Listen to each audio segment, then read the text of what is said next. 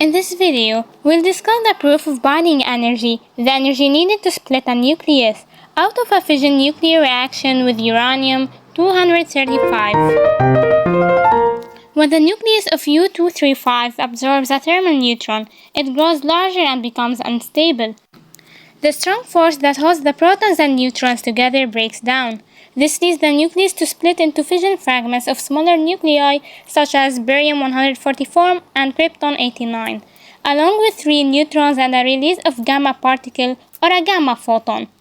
Gamma emission is released when an electron transitions from an excited state to a lower state. But the big question is, how much energy do we need to break the nucleus?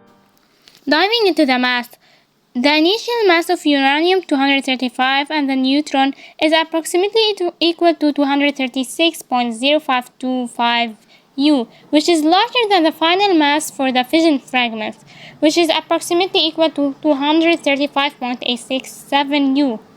The mass difference is called the mass defect, which is approximately equal to 0.185 U. Physically meaning, the mass defect is the difference between the sum of the masses of nucleons taken separately and the mass of an atomic nucleus. This mass defect is converted into binding energy according to Einstein's energy mass equivalence. In other words, releasing energy to attain stability. The total energy is equal to the kinetic energy and the mc². According to the conservation law of energy, the total initial energy is equal to the final energy.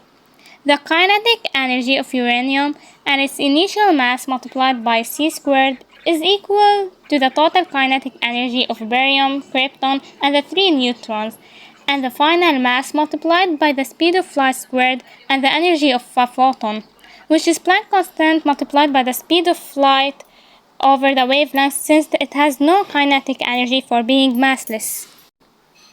The kinetic energy of a uranium is 0, since it was at rest, having velocity to be 0.